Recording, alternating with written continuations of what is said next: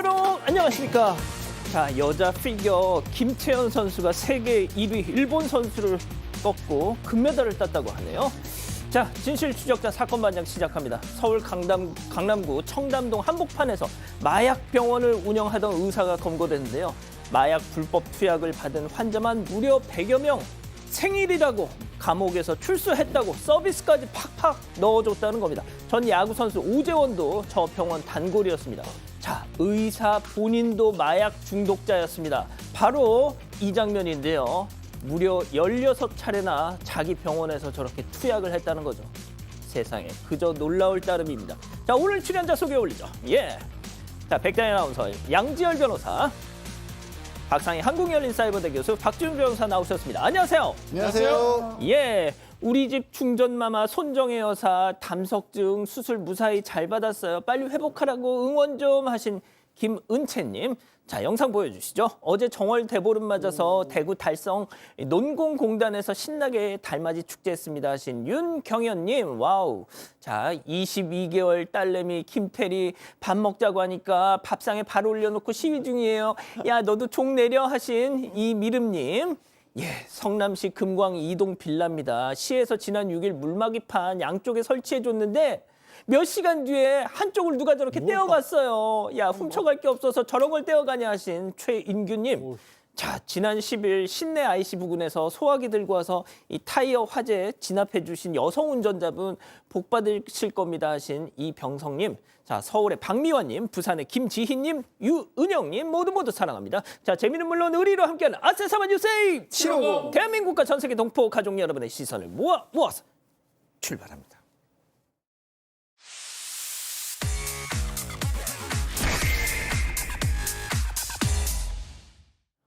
자, 첫 번째 가보죠. 예, 당일 출근 정지 권유 받았답니다. 이 대전 40대 교사 명 씨에게 살해당한 이 고 김하늘 양 사건. 이 범인 명 씨는 아직 병상에 있지만 이 사건 경위는 속속 전해지고 있습니다. 자, 명 씨가 이 사건 당일에 내일부터 출근하지 말라 뭐 이런 권고를 들었다고요. 네, 맞습니다. 교사 명 씨는 지난 5, 6일 컴퓨터를 부수고 동료를 폭행하는 등 폭력적인 행동을 보여서 교감 옆자리로 분리 조치가 됐었고요. 6일부터는 수업에서도 배제가 됐었습니다. 그리고 사건 당일인 10일 오전 장학사를 비롯한 시교육청 관계자들이 학교에 방문을 했는데요. 관리자와의 면담에서 내일부터 학교에 출근하지 말고 병가나 연가를 쓰라고 명 씨에게 권유하도록 했다는 게 교육청의 설명입니다. 또 관계자들은 명 씨가 받아들이지 않을 경우 학교장 차원에서 경고를 주는 것도 방법이라고 의견을 제시했고 교장과 교감이 출근 정지 권유를 교사 명 씨에게 전달한 걸로 파악이 됐습니다. 이후 교사 명 씨는 화장실을 다녀오겠다고 동료에게 말한 뒤에 무단 외출해서 범행에 사용되는 흉기를 구매했고 학교로 복귀한 뒤에 범행을 저질렀습니다. 교육청에 조사 방문이 있은 지 약 5시간 만에 사건이 벌어졌던 건데요. 그래서 일각에서는 명 씨가 출근하지 말라는 권유를 듣고 격분해서 범행을 저지른 게 아니냐 이런 추측이 나오고 있습니다. 자, 흉기를 구매할 때 마트 점원한테 했다는 말도 전해졌습니다. 자, 이 명 씨가 학교에서 무단 외출하면서 한 2km 떨어진 곳에 이 식품용품점에 가정용품점으로 들립니다. 거기서 점원이 왜 왔냐고 얘기했을 때 뭐 잘 드는 칼이 있냐 물어봤고요. 용도가 뭡니까 물어보니까 회 뜨려고 한다라고 답한 것으로 좀 전해지고 있습니다. 상당히 날카로운 칼을 아마 구했던 것으로 보이고 하늘 양 손에 이 방어하는 흔적이라 방어원이라 그러죠. 이 명 씨의 범행을 막으려고 하던 그 작은 손 방어하는 흔적이 많이 남아 있는 것으로 알려져 있습니다. 자, 아무튼 이 명 씨 신상 공개에 대한 논의가 아직 시작이 되고 있지 않은데 말이죠. 참 답답합니다. 자, 다음 이어가죠. 누구냐 넌? 자, 길 가던 남성에게 사기를 당한 것 같다는 사방 가족의 제보 영상으로 만나보시죠. 자, 골목길 가는 차량. 자, 그런데 저 앞에 회색 옷 남성 보입니다. 자, 그런데 그냥 차를 지나치는 듯 했는데 멀찌감치 뒤돌아서 차를 계속 봐요. 갑자기. 예, 그러더니 차 쪽으로 오죠 지금. 와가지고 뭐 하려고? 자, 운전석 똑똑 차주를 부릅니다. 아유, 제가 저 옆 빌라에 사는데, 빨리 어디 가야 되는데 차비가 없네. 딱 6,500원만, 7,000원도 아니야. 6,500원! 자, 최대한 불쌍한 척. 그러니까 차주가 선뜻 지폐를 쾌척합니다. 아이고 감사합니다. 자 하고 가나 했는데 다시 백도 하더니 근데 저기 터미널까지 좀 태워주시면 안 될까? 자 그래 아이고 차주는 또 태우고 갑니다. 자 돈을 갚았으면 사건 반장에 제보를 했겠습니까? 네, 그렇습니다. 한 달 넘게 지금까지도 이제 못 받았다고 합니다. 제보하신 분은 저 바로 차 주세요. 근데 저 20대 남성이 이제 오더니 자기가 대학교 면접을 가야 되는데 차비가 없다고 얘기하면서 아버지도 일용직 노동직이고 저쪽에 빌라에서 아버지랑 둘이 산다고 하면서 여기 옆에 이 제보 차주가 있는 그 사무실 근처에 사장님하고도 아주 잘한다 그러면서 결국에는 2만 원을 빌려갔대요. 아이고. 그리고 터미널까지 내려줬는데 뭔가 뿌듯하기는 했지만 좀 찝찝하기도 하셨대요. 그런데 아니나 다를까 한 달이 되도록 나타나지 않았고 나중에 그 알고 있다는 사장님한테 물어보니까 나는 이 근방에 있는 주민하고 아는 사람이 없어요 라고 얘기를 하더라는 거예요. 뭐 차주께서는 그냥 뭐 젊은 사람 도와줬다고 생각하고 마음은 편한데 저 사람 여기저기서 이런 행동 타고 다니면 피해보는 사람들이 생길까 봐 하는 마음에 제보하셨다고 하셨습니다. 6,500원 빌려달라고 했는데 또 2만 원 빌려주셨구나. 자 다음 이어가죠. 창밖으로 휙입니다. 자 빌라에서 벌어진 충격적인 사건인데요. 제보 영상 만나보시죠. 자 이곳은 빌라 복도입니다. 자 현관문에서 말이죠. 갑자기 뭔가 옷가지가 휙 날아오더니 강아지를 덮칩니다. 강아지가 깽깽깽깽 하면서 막 놀라는 모습이죠. 자 그런데 현관문에서 나온 저 여성분 좀 보세요. 갑자기 강아지 목덜미를 잡아 올리자 남성이 뭐야 이거? 자 잡아 올리자 저 남성이 잡아서 강아지를 지금 어디로 던졌어? 자 어안이 벙벙해진 저 아이가 지금 뛰쳐나갑니다. 지금 두 남녀가 지금 집으로 들어갔는데 뛰어내려갔어요 계단으로. 양 변호사님 지금 이거 우리가 뭘 본 거죠? 상황이 잘 이해가 안 가실 것 같은데요. 일단 이 일이 벌어진 건 지난 10일이었고 그 경기도 김포의 한 빌라에서 벌어진 사건입니다. 부부싸움을 하다가 결국에는 강아지를 창밖으로 던져버린 그런 사건인데 이건 동물단체의 주장입니다. 동물단체 주장에 따르면 부부가 아버지가 아이하고 그 집에 돌아갔더니 아내가 안에서 뭐 옷가지면 뭐 물건을 던지면서 이렇게 화를 냈다라는 거예요. 그렇게 화를 내며 싸우던 과정에서 아내가 강아지를 집어드니까 이 아이 아버지가 그거를 뺏어가지고 창밖으로 던져버린 겁니다. 그리고 그거를 가운데 있었던 10살 자녀 아이가 그걸 또 봤던 상황인 거예요. 근데 이 지금 아이 아버지는 나는 그 강아지가 지금 창 밖에 처마에 떨어졌거든요. 처마에 떨어질 줄 알고 그렇게 던진 것이다. 이렇게 주장을 하고 있다라고 하고 있고요.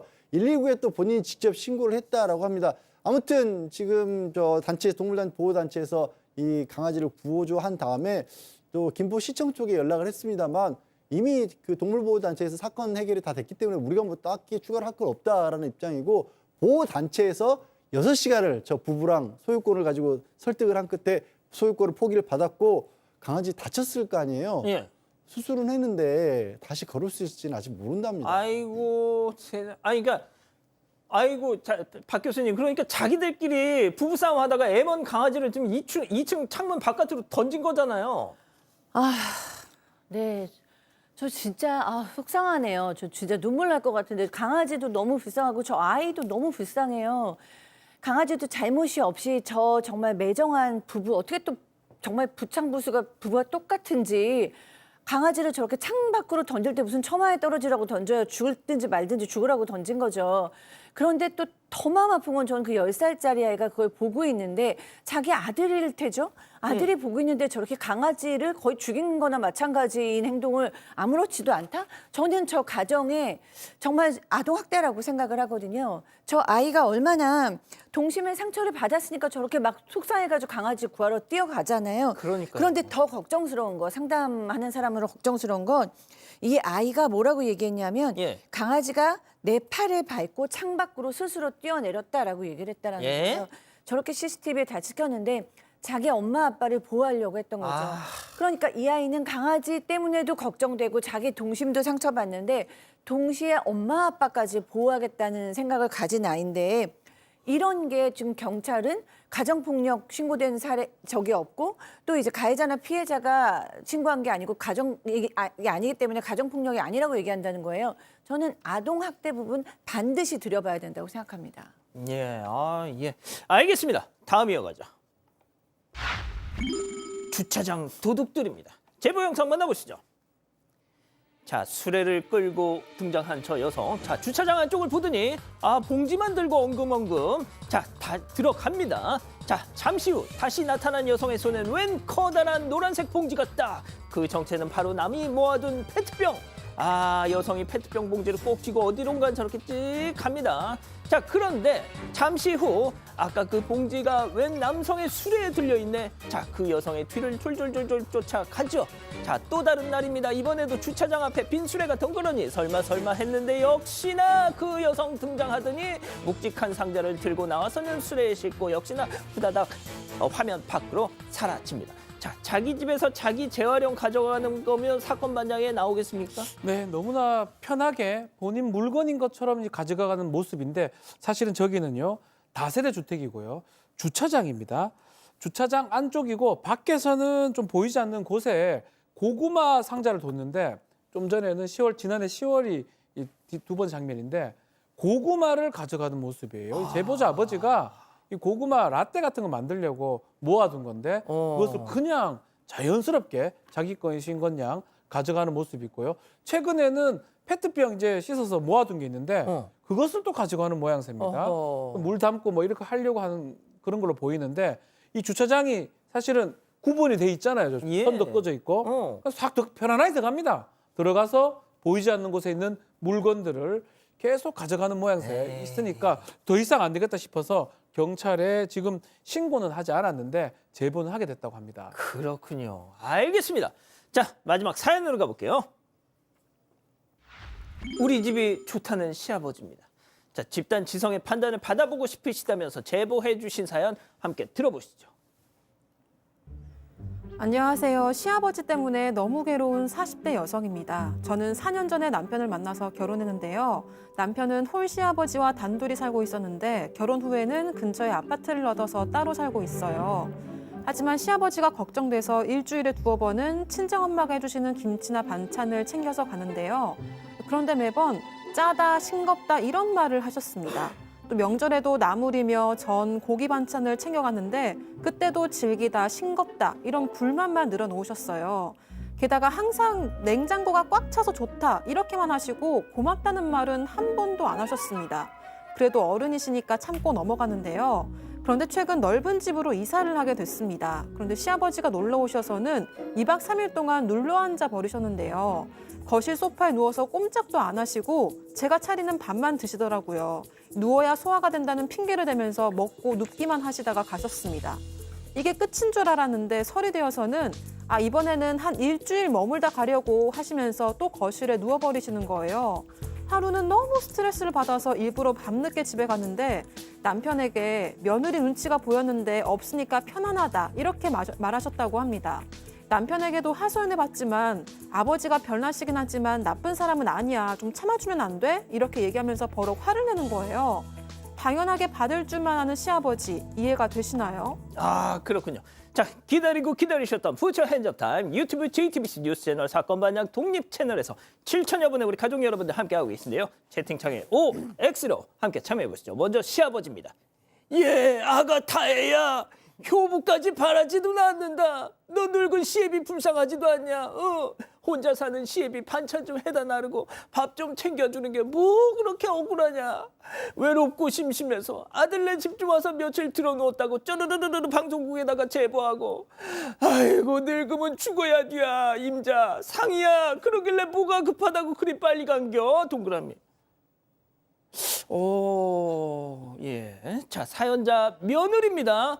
어머, 아버님, 제가 지금 억울해서 한 소리가 아니잖아요. 저희 친정 엄마도 아버님 갖다 드리라고 정성스럽게 만들어주신 음식인데 짜다, 맵다, 뭐 싱겁다. 그걸 제 앞에서 꼭 그렇게 말씀하실 것까지는 없잖아요. 그리고 저도 4년 동안 정성껏 모시려고 얼마나 노력했는데요. 그리고 저희 이제 애도 가져야 하는데 계속 와 계시고 저희가 자주 건너가는데 솔직히 좀 진짜 속상해요. X. 자, 박 변호사님. 지금 뭐 좀 배려심이나 이런 것들, 눈치 같은 것도 좀 부족하신 것 같고요. 나쁜 사람은 아니지만 계속 그렇게 하면 나빠집니다. 남편이 지금 우리 아버지 나쁜 사람 아니다라고 얘기하지만 그런 행동들을 반복하게 되면 매우 나쁜 사람으로, 매우 질이 떨어지는 사람으로 이제 변하기 때문에 뭐 음식 짜다 맵다 탓하는 것도 문제지만 오랫동안 이렇게 누워 있고 뭐 있는 모습들, 글쎄요, 어른이라면 좀 기본을 지키는 게 맞지 않나요? 이 시아버지 모습 바람직하지 않아 보입니다. 아, 교수님. 네, 이 뭐 시아버지가 원하시는 건 확실한 것 같아요. 뭐 넓고 편안한 집에서 아들과 편안히 살고 싶고 밥은 며느리가 해주면 제일 좋은 상황. 뭐 그렇게 되면 너무 편하시겠죠. 하지만 지금 늦게 결혼한 아들이에요. 지금 40대인데 결혼한 지 4년밖에 안 된다고 하면 늦게 결혼한 아들이 더 잘 살 수 있게 아버님께서 도와주시지는 못하고 이렇게 망치시면 안 되죠. 그런데다 지금 아들이 부인한테 화까지 냈다라는 거예요. 자기 아버지 좀 이해해주면. 그러면 이제 균열이 생기는 거거든요. 아버님 나중에 어떻게 책임지시려고 그러십니까? 그러니까 아들, 며느리 잘 배려해 주시기 바랍니다. 딱 우리 시어머니네 하신 분도 있습니다. 아니 근데 저는 이게 일단 아버님이 너무 연로하셔서 간병이 필요하신 상황은 아닌 거잖아요. 그걸 전제로 보면 저는 남편부터 의심스러운데요. 이거 작전 들어간 것 같아요. 아, 진짜? 아니 애가 생기지도 않았는데 인근에 있으면서 갑자기 넓은 집으로 간 건 아버지하고 짜고 조금씩 날짜수를 늘려가면서 아버지가 같이 사시죠. 아, 지금 공사 치는 거예요? 네, 지금? 그런 느낌이에요. 평수 좀 넓혀가면서. 아니 그러니까 저는 가장 황당했던 게 며느리가 나가서 안 들어오고 있는데 애 없으니까 편하고 좋다고요? 그냥 두 분이 살라고 하고 나오세요. 그리고 아니 바로 그냥 이혼하라는 말씀은 아니고요. 한번 시아버지 계신 동안에는 며칠이라도 계신 동안에 나 다른 데서 지낼게 하고 그렇게 바깥에 한번 나와보세요. 그러면 남편 태도가 어떤지 좀 보시고 의심스럽습니다. 그렇군요. 네, 저도 정말 이해가 안 갔고 저도 똑같이 그 아버님이 오시면은 좀 자연스럽게 좀 합당한 이유를 들면서 친정에 가 있거나 여행을 가면서 좀 거리를 두는 게 어떨까라고 생각을 했습니다. 그 시청자분들 의견도 볼게요. 호우무무님도 친정에 가 있자라고 하셨고요. 보노보노님 남편분 잘 모르나 본데요. 별난 게 나쁜 거예요라고 하셨습니다. 그리고 행복한 맘님도 며느리는 할 만큼 하는데 좀 심하시네요라고 하셨습니다. 그렇군요. 자, 사반 제보 메일과 카톡 제보 채널에선 많은 사연 제보 기다리고 있습니다. 자, 이렇게 정리하고요. 첫 번째 사건 이어갑니다.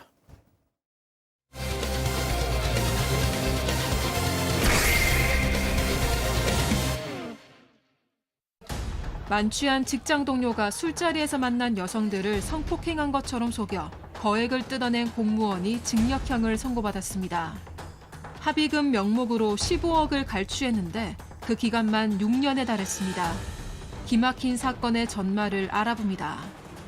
예, 진짜 기막힙니다. 13년 전 한 고깃집에서 시작됐네요. 네, 맞습니다. 일단 먼저 술을 마시고 있던 두 남녀는요, 동네 지인이면서 술 친구 사이였습니다. 남성이 술을 마시고 여성들과 어울리는 걸 좋아하는 걸 알았다고 하고요. 그리고 2012년 3월 초 이 술 친구는 한 고깃집에서 남성과 함께 술을 마시다가 여성을 한 명 불렀습니다.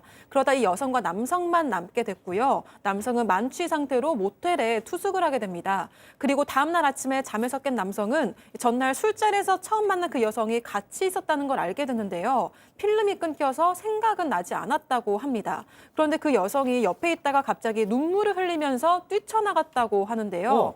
이게 무슨 영문이지라고 싶을 무렵에 그 여성을 술자리로 불러낸 동네 지인인 술 친구에게서 이 전화가 걸려왔는데 그 내용이 아주 충격적이었습니다. 그러니까 쉽게 말하면 동네 친구랑 술을 마시다가 그 술 친구가 여성 지인을 한 명 불렀는데 다음 날 숙박업소에서 그 여성과 함께 눈을 떴다. 단둘이 있었고 울며 나갔고 기억은 제대로 안 나고. 근데 주선했던 사람이 전화가 왔습니다. 형님 큰일 났습니다. 그 여자 임신 중이었습니다. 걔가 지금 성폭행 당했다고 형님을 경찰에 신고한다고 합니다. 라고 합의 안 보면 형님 인생 매장됩니다. 라고 얘기를 했다고 합니다. 근데 이제 그때 어떻게 공교롭게도 이 내용을 어떻게 알았든지 친한 선후배진 동료 공무원이 전화 와서 야, 이 공무원이 이렇게 하면 안 되니까 합의 무조건 봐야 된다. 내가 대신 좀 합의를 봐줄 테니까 일단은 3억 원 내 계좌로 주면 내가 합의를 봐주겠다. 만약 이 지역에 지금 유명한 형님이 공무원인데 만약 잘못되면 큰일 나지 않느냐. 그래서 3억 원에 이체를 했습니다. 아, 그러니까 동료 공무원이 내가 중재를 하겠다. 약간 브로커처럼. 그렇죠. 자, 이거 공무원, 물론 다른 사람도 문제지만 공무원이 이런 짓을 했다면 정말 이건 정말 큰일이죠. 자, 그런데 아무튼 그 동료 공무원의 중재로 무사히 잘 넘어갔다는 겁니다. 자, 끝이었을까요? 체크포인트 짚어보죠. 술만 마시면 성폭행, 이건 또 무슨 얘기인가요? 또 무슨 일이 있었던 겁니까? 그러니까 이거 이상하다고 해야 될지 심각하다고 해야 될지 희한하게도 그런 비슷한 일이 반복이 됐습니다. 그렇게 해결을 하고 불과 2달 지나서 또 술자리에 동네 지인이 한 여성분을 불렀고요. 그리고 나서 그날 잠이 들고 일어났더니 또 모텔이었던 겁니다. 어머나. 그리고 그 여성이 또 이 지인이 얘기하는데 야 성폭행 당했단다라고 하면서 사업하는 여성인데 합의할 생각 전혀 없다. 그렇게 얘기를 한 거예요. 그러니까 이 남자 다시 누구를 찾았냐면 문제 해결해줬던 그 동료 공무원에게 다시 연락을 했고요. 네. 그리고 이번에도 3억 원을 내라고 해서 뭐 가족한테 빌리고 대출 받고 아버지한테 손 벌리고 해서 3억 원을 또 마련해서 동료 공무원을 통해서 해결을 한 듯 보였습니다. 그런데 문제가요. 2013년 11월 그러니까 한 1년 정도 지나서 이번에도 그 같은 동네 지인하고 술자리에서 여성을 소개받았고 또 모텔에서 자고 일하는데 또 성폭행이라는 거예요.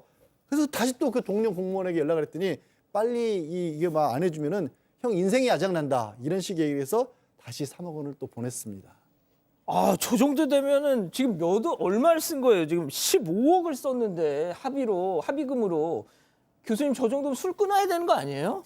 네, 그러니까 이제 술을 끊어야 되는데 여기서 끝나지 않았어요. 맨 처음에 사건이 2012년에 일어났는데 지금 이제 2017년인데도 끝나지 않고 또 이제 똑같은 일이 있었던 겁니다.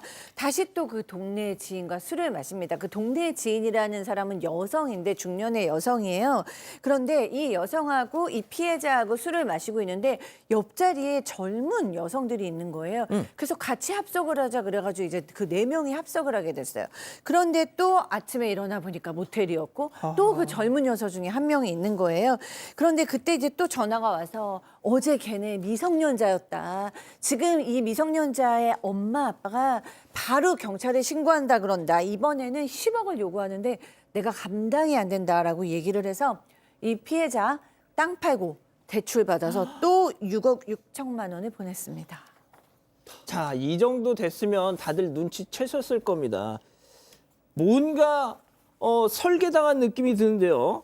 네, 맞습니다. 다행히 이 남성도 이맘때쯤에 이제 좀 뭔가 이상하다 이런 걸 느꼈어요. 2018년 3월 동네 지인과의 술자리에서 또 우연히 옆자리 테이블과 여성과 합석을 하고 모텔에서 깨어나고 여자는 뛰쳐가는 일을 겪었는데요. 좀 뭔가 비슷하잖아요. 이때 이 남성이 드디어 뭔가 느낌이 이상해서 평소 믿고 지내던 후배에게 연락을 해서 모텔 CCTV를 확인을 했습니다. 그랬더니 여자 3명이서요. 인사불상 상태인 자신을 끌고 가고 나서는 젊은 여성 1명만 남기고 동네 지인과 또 다른 여성은 나가는 장면을 확인을 하게 됩니다. 그래서 남성은 바로 동네 지인을 찾아갔고요. 지난 6년 동안 술만 마시면 성폭행을 한 줄 알았던 자신의 비밀을 모두 알게 된 겁니다. 만약 이 남성이 눈치를 채지 못했다면 이들은 이번에도 같이 술 마신 여자가 성폭행을 당했다. 경찰에 신고한다고 한다면서 겁주고 돈을 뜯었을지도 모르는 상황이었던 겁니다.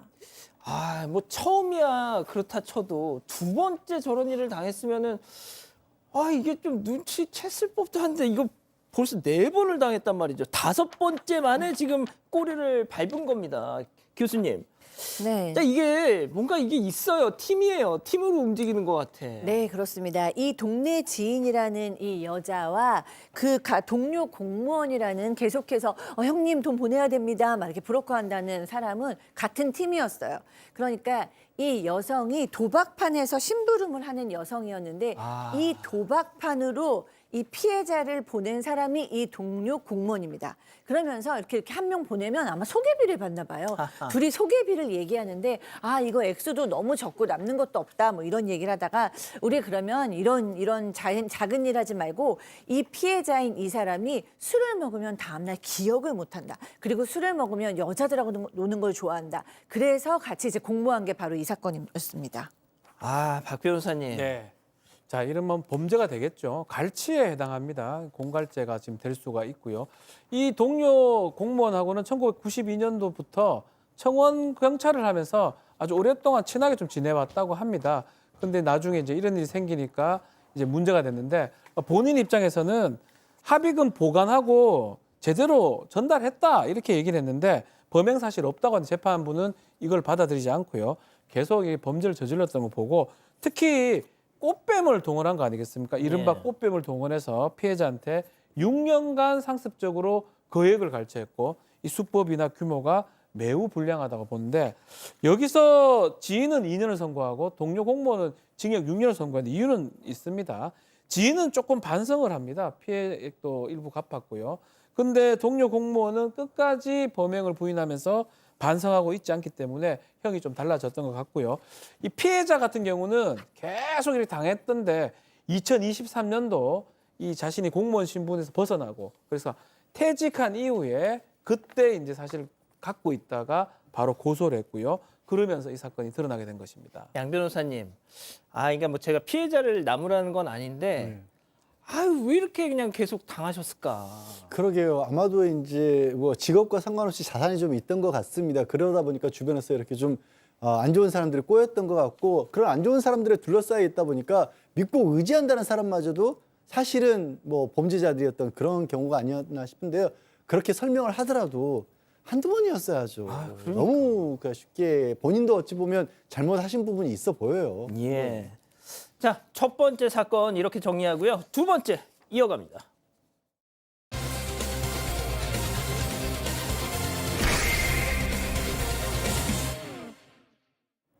아직 불이 꺼져 있는 약국에 한 여성이 가방을 메고 들어옵니다. 곧바로 조제실로 향한 여성, 플래시를 켜고 살피다가 약통을 집어서 자기 가방 안에 집어넣는데요. 이번엔 냉장고를 열고 드링크젤을 끊임없이 가방에 챙깁니다. 그리고 잠시 후 진열대에서 뭔가를 꺼내는 여성, 이 카운터에서 나와서 구석으로 향하더니 이 뚜껑을 따고 꿀꺽꿀꺽 마시기 시작합니다. 약국을 제집 마냥 활보하는 이 여성의 정체는 누구일까요? 예, 이번 사건은 약국을 운영하시는 약사분의 제보인데요. 자, 일단 앞서 잠깐 영상도 봤는데 예사롭지가 않습니다. 네, 그렇습니다. 이 제보자가 서울 강남에서 약국을 운영하는 약사인데요. 원래 주 6일째 약국을 근무를 하다가 좀 아이 육아도 있고 이래서 좀 다른 직원들, 보조 업무를 하는 사람들, 또 뭐 일일 약사들 이렇게 채용하는 과정에서 있었던 일입니다. 특히 한 여성을 이제 보조 업무를 하게 뽑았는데 상당히 그 경험들이 있어서 일들을 잘했던 것 같습니다. 뭐 재고 관리라든지 계산 같은 것들을 이제 했는데 이 사람이 일을 좀 잘하니까 또 근면성실하고 잘하니까 엄청나게 믿고 있었던 것 같습니다. 특히 새로운 약사 뽑을 때도 이 직원한테 맞추는 정도로 의견을 반영할 정도로 상당히 좀 믿음을 가지고 있었는데 어느 날인데요. 직원이 해당 어떤 손님하고 실랭이를 벌이는 모습이 있어서 CCTV를 확인해 봤는데 나중에 알아보니까 손님이 계산 그게 맞는데 이 직원하고 싸우는 모습 이런 일들이 있었다고 합니다. 그러니까 어떤 손님하고 약간 문제로 실랑이를 벌이고 있었어요, 이 직원이. 그래서 우리 직원이 잘못했을 리가 없는데 하고 CCTV를 돌려보셨다는 거죠. 자, 그런데 손님의 얘기가 맞더라. 하하. 자, 그런데 말이죠. 여기서 꿈에도 생각 못했던 직원의 충격적인 행동이 포착됩니다. 제보자 얘기 들어보시죠. 아침에 좀 쓸데없이 일찍 왔어요. 9시 출근인데 뭐 8시 38분에 항상 와가지고 얘가 뻔뻔한 데서 막 드링크를 막 자기 가방에 막 집어넣고 뭐 혼자 마시고 약국을 한 바퀴 돌면서 막 약을 다 가방에 주워 담고 조제실에 있는 전문약들도 막 집어넣고 한 걸 보고 이제 제가 저장되어 있는 CCTV를 얘 근무한 날 거를 다 봤죠. 근데 근무한 모든 날에 다 그렇게 훔쳐간 거예요. 야, 이거 거의 뭐 무인 점포에서 막 싹 쓸어가듯이. 근데 직원이잖아요. 네, 맞습니다. 그래서 직원은 항상 약국이 문이 열기 전에 일찍 출근을 했는데요. 25분 정도 전에 출근을 해서 불은 켜지도 않고 약국에 있는 의약품들을 가방에 챙겨 넣거나 지금 먹는 불이 꺼져 모습이 있는 네, 상태구나. 맞습니다. CCTV에 포착이 됐습니다. 어. 또 의사 처방 없이는 구매할 수 없는 전문 의약품까지 무단으로 훔쳤는데요. 뭐 비타민과 멜라토닌 같은 고가 영양제, 뭐 우황청심원을 비롯해서요. 간장제와 정맥 순환제 등 전문약까지 수차례 걸쳐서 가방에 넣었습니다. 그다음 피로회복제 드링크를 따서 몇 번이나 들이키기도 했고요. 이 직원은 근무하는 8개월 동안 절도를 한 걸로 보이는데 이 제보자가 몰랐던 이유는 티가 나지 않았기 때문이었습니다. 이 직원이 마치 약이 꽉 차 있었던 것처럼 교묘하게 재고 정리를 해놨다고 하고요. 어허. 다만 향정신성 약품은 약사가 철저하게 재고 관리를 하기 때문에 또 손을 대지 않았다고 합니다. 이렇게 훔쳐간 약값만 해도 확인된 것만 200만 원 이상이고요. 제보자 추산으로는 한 500만 원 정도라고 이상이라고 합니다.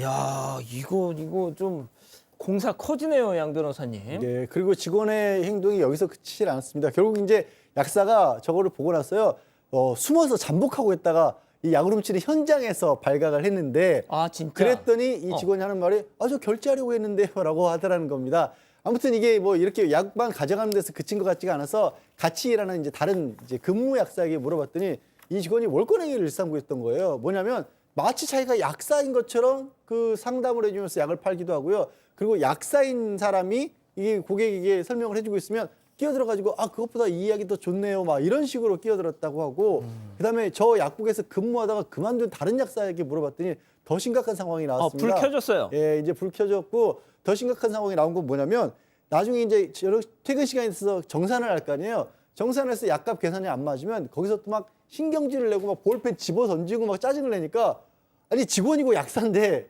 근무 약사가 겁을 먹어가지고 그 부정한 거 내 카드로 계산하겠다 이런 식으로 정산을 해보다가 그러니까 자기가 훔쳐서 계산이 안 되는 걸. 뭐 그럴 수도 있고 아니면 실제 약값 계산이 안 맞을 수도 있지 않습니까? 소액이라도. 그럼 어찌나 화를 내는지 결국 약사가 자기가 결제도가 스트레스를 받아서 그만뒀다라는 거예요. 그러니까 뭐냐면 사장님, 그러니까 약국 주인인 약사분한테는 정말 완벽하고 성실한 직원인 것처럼 하지만 근무 약사들에게는 또 그렇게 갑질 아닌 갑질을 했던 겁니다. 자, 이 직원 약국에서 해고된 뒤에 해고됐어요. 자, 제보자한테 사과 메일을 보냈답니다. 그리고 자신이 왜 그 짓을 할 수밖에 없었는지 정말 자기 고백을 했다는데요. 체크포인트 짚어보죠. 자, 선택적 충동 제보자 얘기 이어서 들어보시죠. 그 이메일로 사과문을 썼는데 자기가 양극성 장애가 있는데 그 질환의 뭐 증상이 충동 조절이 어려워서 그렇게 했다면서 양극성 장애 진단서를 첨부를 했어요. 그래서 저는 그게 너무 기가 막혔던 게 아침에 와서 불 꺼놓고 훔치고 불 켜고 전혀 안 훔치고 이렇게 하고 하는 루틴이 어떻게 이게 충동적이에요. 계획적이죠.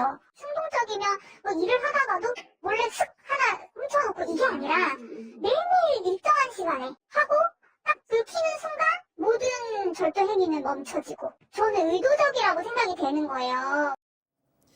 자, 지금 대전 초등생 고 김하늘 양 사건에서도 정말 많은 분들이 공분하는 것이 교수님, 네. 뭐 우울증이 뭐 범행의 원인이었다 이렇게 얘기하는 것 때문에 많은 분들이 진짜 화를 내시잖아요. 네. 그런 것처럼 이 사람도 보세요. 무슨 뭐요? 양극성 장애?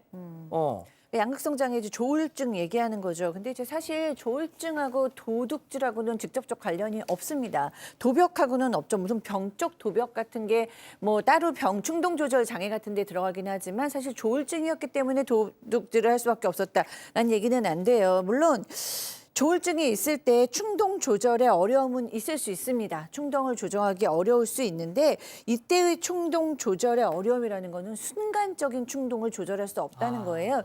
그래서 여기 제보하신 분의 얘기처럼 이분은 지금 아침에 일찍 나와서 일종의 루틴처럼 아무도 없을 때 불 꺼놓고 훔친 다음에 딱 정해진 시간에만. 네, 그다음에 불이 켜지면 정확하게 집중을 해서 일에 모드로 들어가잖아요. 이런 건 이제 순간적인 충동이라고 얘기하기가 또 어렵고 그다음에 이제 충동 조절의 심리적인 어려움에서 나타나는 도둑질은 금전적인 이득하고는 아무 관련도 없고 또 이 도둑질을 함으로써 긴장이 완화되는 일종의 심리적인 정신적인 이득이 있어야 되거든요. 근데 지금 이분은 보면은 좀 비싼 약만 좀 훔쳤다고 그러고 전문적인 약 위주로 훔쳤다고 하고 그죠? 그냥 이제 눈에 보이는 약을 훔친 게 아니고 이 약을 먹은 후거나 훔친 후에 어떤 뭐 긴장 완화라든가 평안함이라든가 이런 것도 보이지 않기 때문에 이렇게 주장하는 거는 제보자께서 얘기하시는 대로 좀 무리가 있겠다고 저는 보입니다. 어쨌든 뭐가 됐든 양극성 장애 진단서까지 저렇게 떼어가지고 심신미약 주장하려는 거 아니냐. 글쎄요. 근데 심신미약으로 도저히 보이지가 않는 상황인 게 이렇게 이제 제보자분이 업무상 횡령으로 고소를 하니까 직원이 또 변호사를 선임을 했습니다. 그래서 이거 합의라도 하자라는 식으로 조율을 했는데 계속 뭐 그런 돈 없다, 그렇게 큰 돈 없다 이렇게 빼다가 어찌해서 합의금을 맞췄대요. 그런데 서로 합의를 해놓고 하기로 해놓고 이 직원이 이미 고소가 이루어졌다는 사실을 알고 나서는 그럼 나 돈 못 줘 이렇게 또 입장을 바꿨다는 겁니다. 왜냐하면 어차피 저게 이제 고소를 하게 되면 합의를 한다고 해서 없어지는 범죄는 아니거든요, 횡령은. 하지만 사실은 좀 합의를 해야 그래도 가볍게라도 처벌해야 되는데 그것조차도 원하지 않는 그런 상황이었으니까 그러면 이렇게 합의를 하려고 하다가 어차피 나 처벌받을 거면 돈 안 줄 거야? 이 입장이 지금 심신미약으로 보이세요? 사과마저도 제보자분은 진정성 있는 사과가 아니었던 것 같다라고 느끼고 계신답니다. 자, 지금 그 훔친 약품 목록이 나가고 있는데 박 변호사님, 네. 비싼 것도 훔쳤어요. 우황청심원. 참 문제입니다. 이 제보 약사 입장에서는 믿는 직원한테 배신을 당한 입장이잖아요. 정신과 치료도 받고 있고 본인이 지금 약을 먹고 약사인데 이 정신 관련된 약을 지금 먹고 아이고. 없으면 일상생활 어렵다고 합니다. 이제 가장 문제가 뭐냐면 이 약들인데요. 전문 의약품들, 처방전이 있어야 되는 전문 의약품들 많이 가져간 것 같습니다. 근데 이제 그 행방을 지금 알 수가 없습니다. 이게 불법으로 유통되거나 다른 데로 갔을 가능성이 있기 때문에 그런 부분이 사실 약사 입장에서는 좀 불안하다고 하고요. 이 사람 약국 근무 경력이 많아요. 그리고 일을 잘하는 것처럼 보인다고 합니다. 아마도 또 만약 문제가 이게 앞으로 밝혀지지 않고 그냥 지나간다면 또 다른 또 피해자가 발생하지 않을까 그것 때문에 얘기를 했다고 합니다. 예, 알겠습니다. 자, 두 번째 사건 정리하고요. 사건 연구소 이어갑니다.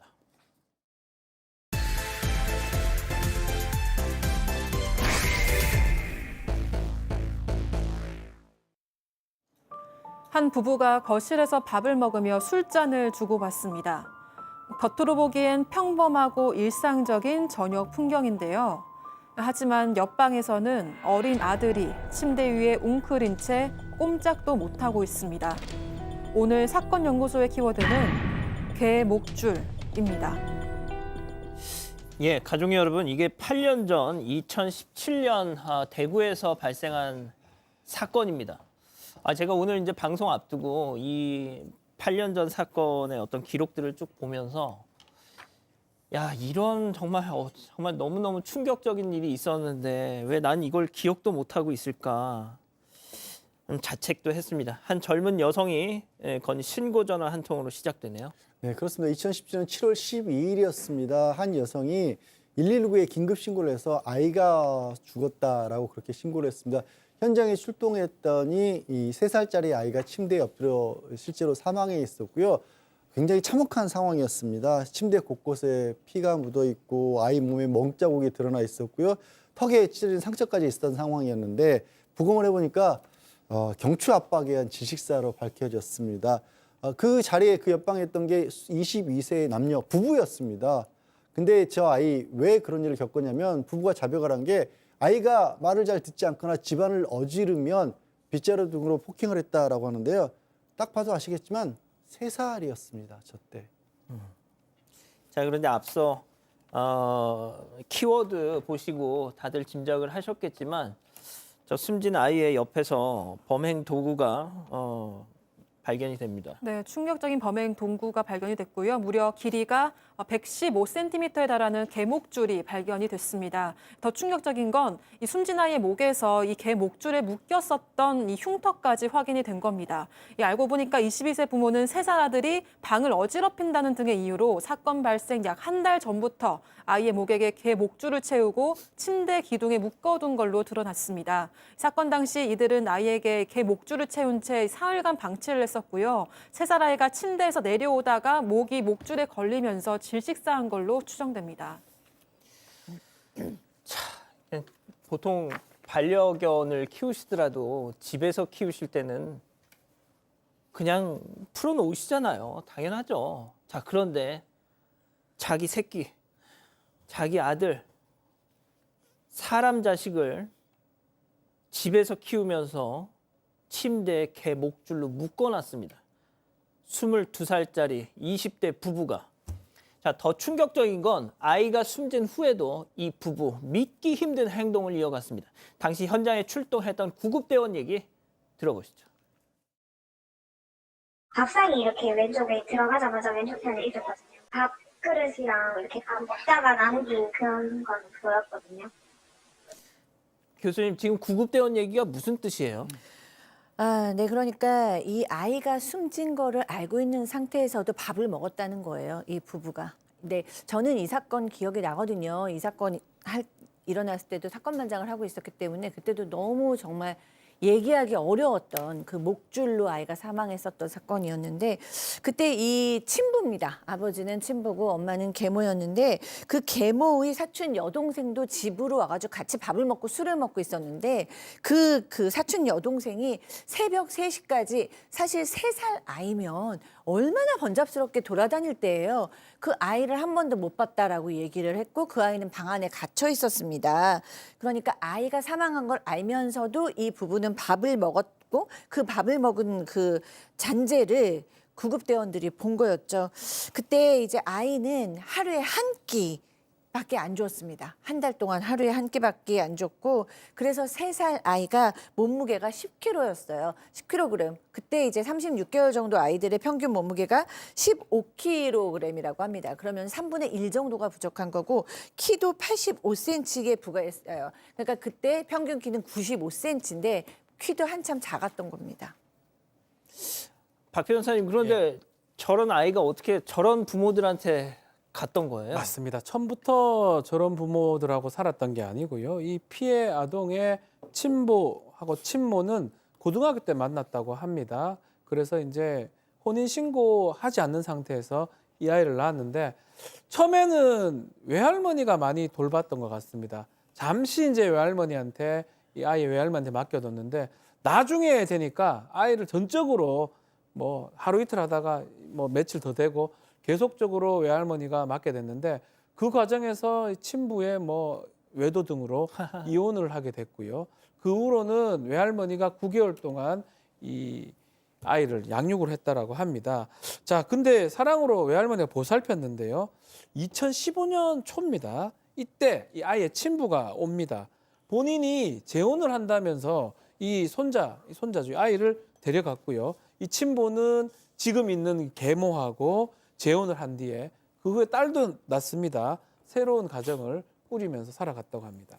이 22세, 22살 친부라는 자가 얼마나 어처구니가 없냐면 이 아이 친모랑 이혼한 지 한 달도 안 돼가지고 재혼을 합니다. 아마 외도 상대였던 여자랑 결혼을 했던 거겠죠. 자, 아무튼 외할머니는 내가 정말 그 갓난 아기 때 키운 내 외손주 보여달라고 계속 얘기를 했는데도 이 친부라는 자가 손사래를 쳤다는 거죠? 네, 맞습니다. 친모와 외할머니는 아이를 보여달라고 여러 번 요청을 했지만 친부는 계속 말을 바꿔가면서 절대 보여주지 않았습니다. 특히 사건 발생 2개월 전에는 친부가 전 장모에게 문자를 보냈는데요. 5월 1일에 아이를 집 앞에 놔두고 가겠다면서 그쪽들이 키우기로 했으면 어디 잘 키워보세요. 이런 내용이었습니다. 하지만 약속했던 날 친부는 결국 오지 않았습니다. 또 친부는 외할머니가 손자를 보여달라고 요청을 할 때마다 친모의 재혼을 언급하면서 협박을 했었다고 합니다. 그래서 외할머니는 꼭 손주를 보겠다는 일념으로 면접 교섭권까지 신청을 했었는데요. 하지만 결과가 나오기도 전인 7월에 아이가 세상을 떠나버렸다고 합니다. 자, 일단 아이가 침대에 이 개 목줄에 걸려서 이렇게 질식사를 했는데 그렇게 살아서는 못 만났던 손자인데 죽어서까지 못 만날 뻔했다.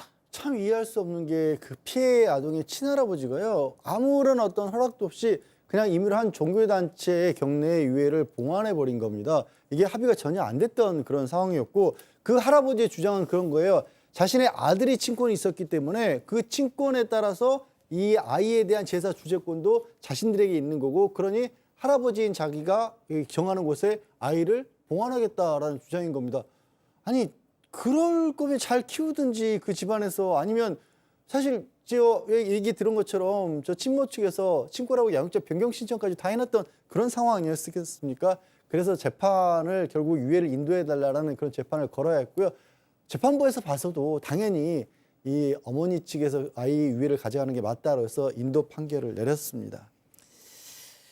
자, 자기 3살짜리 자기 아들을 개목줄에 묶어놓고 사실상 죽음을 유인하고 방치했던 그 친부와 계모 어떻게 됐습니까? 사건 당시에 22세입니다. 친부 계모. 아동학대의 치사입니다. 살인은 아니고요. 아동을 학대해서 결과론적으로 사망에 이르겠다. 기소가 됐고 검찰이 그 잔인성이라든지 이런 것들을 고려해서 25년형을 구형을 했는데요. 이 두 사람한테는 재판부가 각각 15년형을 선고를 했습니다. 계모가 무겁다고 항소를 했지만 그렇게 확정이 됐고요. 이제 22살이기 때문에 이 15년씩 받으면 만이 되기 전에 이 두 사람 다 출소할 가능성이 높습니다. 저희가 이런 이게 지금 8년 전 사건이잖아요. 저희가 이렇게 아동학대 사건을 전해드릴 때마다 참 그런 것이 정인이 사건 다들 아시잖아요. 정인이 2020년에 발생했습니다. 그러니까 그 이전에 보면 양 변호사님 이렇게 더 충격 그 우위를 말한다는 건 좀 그렇습니다만 못지않게 충격적인 아동학대 사건들이 많았는데 2020년 정인이 사건을 계기로는 많은 것들이 이런 제도 정비도 되고 했는데 말이죠. 자 보세요. 신상 공개도 안 되고 저도 오늘 이거 자료를 보면서 처음 이런 사건이 있었구나 했어요. 그 정인이 사건 이후로 대표적으로 유치원이나 학교에 오지 않는 아이들에 대한 그런 어떤 정범이라든가 이런 부분들이 훨씬 더 강화가 됐죠. 근데 이 사건 지금 이 피해 아동 같은 경우는 불과 3살이었거든요.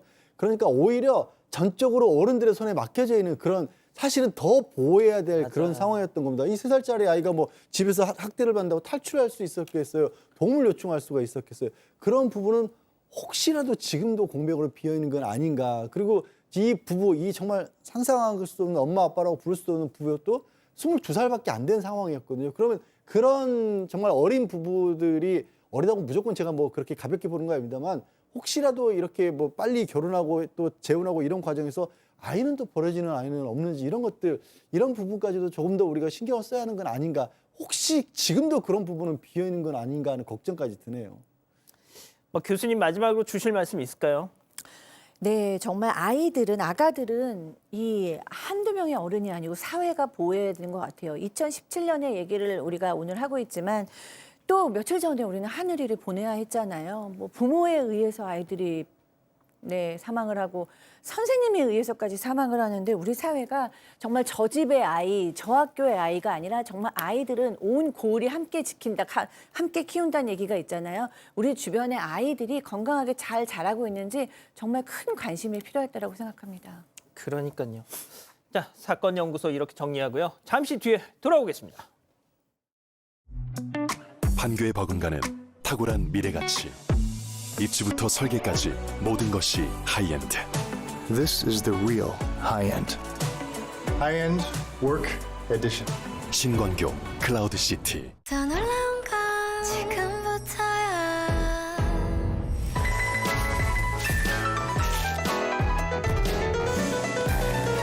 다른 걸 먹기엔 내가 아깝잖아.